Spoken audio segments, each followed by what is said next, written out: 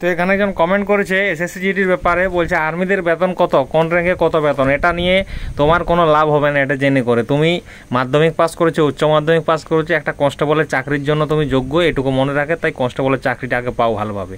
আসছি পরের কমেন্ট। বলছে দাদা এসএসসি জিডিতে আটাল দাঁত আছে, এটা নিয়ে কোনো সমস্যা হবে না, ঠিক আছে, নিশ্চিন্তে থাকতে পারো, এটা কোনো অসুবিধা হয় না। একজন বলছে আমি 2025-এ বলছে আমি একটা সার্টিফিকেট বের করেছিলাম সেন্ট্রালের ডোমিসিয়াল 7 মাসে। তো বলছে এখন কি ওটা চলবে না নতুন করে বার করতে হবে? আরে মূর্খর মতন সব কাজবাজ। একটা টিকিট আমি আজকে ট্রেনের কাটলাম, ওটাকে আমার 6 মাস পরে চলবে? প্রত্যেকটা একটা সময় থাকে, একটা ভ্যালুয়েশন থাকে। তো সেরকম ওটা লেখাই আছে কতদিন ওটা চলবে কতদিন চলবে না, সেটা দেখে নাও ভালোভাবে। হাঁটুর পেছনে শিরা দেখা যায়, এটা কোনো সমস্যা হবে কি সমস্যা হবে না, এটা নিয়ে কোনো সমস্যা হবে না, ঠিক আছে। বলছে হাইট 168 সেন্টিমিটার, 18 এর মধ্যে হাইট হবে কি হবে না, এটা বলতে চাইছি। দেখো হাইট বাড়ার বয়স আছে 23 বছর পর্যন্ত, অবশ্যই হাইট বাড়বে, তবে প্রতিদিন রানিং করতে থাকতে হবে, ছেড়ে দিলে কিছুই হবে না, ঠিক আছে। বলছে চোখ 9-6-এর ব্যাপারটা বলো, চোখের ডাক্তার দেখাও, সব কিছু বলে দেবে। এমনিতে বেশি দাদাগিরি নিজে মাথায় ঘাটাঘাটি করলে তোমার কোনো কিছুই হবে না, ঠিক আছে। ডাক্তার যে আছে চোখের, যে কোনো ভালো ডাক্তার আছে, সে দেখাও, তাহলেই হবে, না হলে কিছুই হবে না, ঠিক আছে। বলছে হাইট বাড়ানো ভিডিও, প্রতিদিন রানিং করো, পুশ আপ করো, চিন আপ করো, হাইট বাড়বে, কিছুই দরকার নেই, ঠিক আছে। এটাই হচ্ছে সব থেকে মেন জিনিস। লোক অনেক কিছু বলে, যে তোমাকে বোঝাচ্ছে হাইট বাড়ছে, তার নিজের হাইট নেই, দেখবে যাও, ঠিক আছে। তো এই হচ্ছে মেন কথা। বলছে একটা আঙুল কেটে গেছিলো, সেটা নিয়ে বলো। দেখো আঙুল কেটে গেছিলো, বাঁকা টেরা থাকলে তোমাকে বাদ দিবে, তাছাড়া আর কোনো সমস্যা নেই, ঠিক আছে, ওটা নিশ্চিন্তে থাকতে পারো, অসুবিধা হবে না। বলছে তোমার মতো এসএসসি জিডিতে যেতে চায়, তো আমার মতো যেতে গেলে তার লোকের পিছনে লাগলে হবে না, নিজের কাজের পিছনে লাগতে হবে। আমি প্রতিদিন 4 ঘন্টা পড়তাম, প্রতিদিন আধা ঘন্টা রানিং করতাম, মাঠে 1 ঘন্টা সময় দিতাম টোটাল, আধা ঘন্টা রানিং, আধা ঘন্টা বডি ওয়ার্ক মাপ, বাড়িতে এসে 3 ঘন্টা জিম করতাম। জিম সেন্টার আমার যাওয়ার ক্ষমতা নেই, আমার টাকাও ছিল না, বাড়িতে বালি বস্তা বেঁধে জিম করতাম, সোজা বুদ্ধি।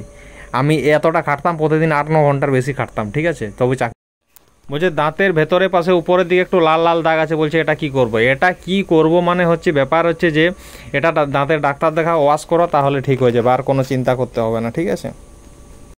বলছে SSC GD online apply date যবে অনলাইন হবে সেটা সবাই জানতে পারবে, তার কারণ যেখানে অনলাইন হয় সেখানে মাঝে মধ্যে খোঁজ নিতে হবে, পরিষ্কার কোনো ডেট নেই। কেন্দ্র সরকার তোমাকে বলবে না যে 10টার সময় হবে বা 1 তারিখে হবে, ওরা সবসময় ডাউটফুলে থাকে, তাতে ফ্রড হওয়ার চান্সটা কম থাকে, কথাটা বুঝতে পারলে? তো সেই জন্য আগে খোঁজ নিয়ে দেবে।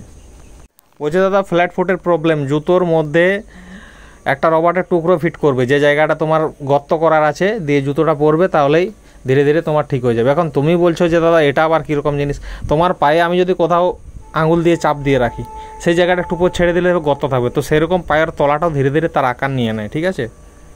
ত্রিপুরা থেকে বলছে হাইটের সমস্যা, দেখো হাইট বাড়ার কোনো রাস্তা নেই, তোমাদেরকে অনেকে জ্ঞান দেবে হাইট বাড়ার জন্য, যাদের নিজেদের হাইট পায়নি, যারা তুমি দেখবে একাডেমির অনেক মালিক আছে যারা নিজেরা হাইট পায়নি, হাইটে কম, তারা লোককে জ্ঞান দেয় হাইট কীভাবে বাড়াতে হয়। তো এরকম হাইট বাড়ে না ভাই, কষ্ট করতে হবে, ঠিক টাইমে হাইট বাড়বে। বলছে SSC GD form fill up থেকে ডকুমেন্টস ভেরিফিকেশান পর্যন্ত কী করতে হবে? কিছুই দরকার নেই, ফর্ম ফিল আপ করে দাও, একটা কাগজ দিবে, সেখানে রোল নাম্বার, রেজিস্ট্রেশন নাম্বার লেখা থাকবে।